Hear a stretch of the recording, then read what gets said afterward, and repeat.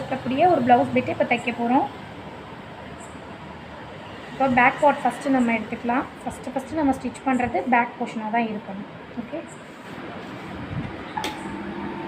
Back போர்ஷனில் கீழே இருக்குது இல்லைங்களா, இந்த பகுதி 1.5 இன்ச்சஸ் நம்ம எடுத்தோம்ல, இந்த பகுதியை கரெக்டாக அந்த வீக்கட் அளவுக்கு அப்படியே மடித்து தையல் போட போகிறோம். கவனிங்க.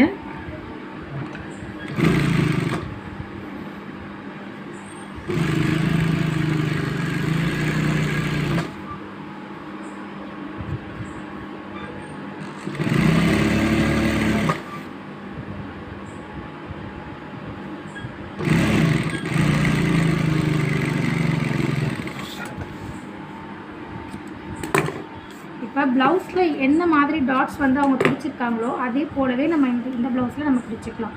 ஏன்னா நம்மளாக ஒரு அக்யூரேட்டாக ஒரு டாட் பிடிக்கிறத விட கஸ்டமருடைய ப்ளவுஸில் என்ன இருக்கோ அதை அப்படியே நம்ம பிடிச்சி கொடுக்குறது தான் நல்லது.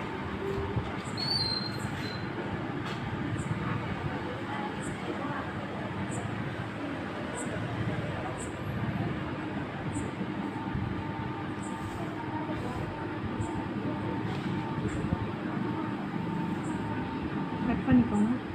டாட் மார்க் பண்ணியாச்சு. ஸோ இப்போ இந்த டாட்க்கு ஸ்ட்ரைட்டாக நம்ம வந்துட்டு பேக் சைடில் பிடிச்சிடலாம்.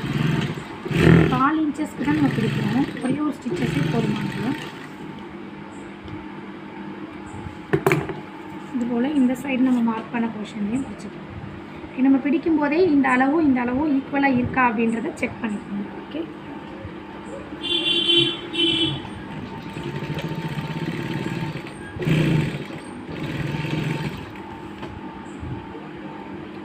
இப்போ பேக் சைட் போர்ஷன் நம்ம கம்ப்ளீட் பண்ணிட்டோம்.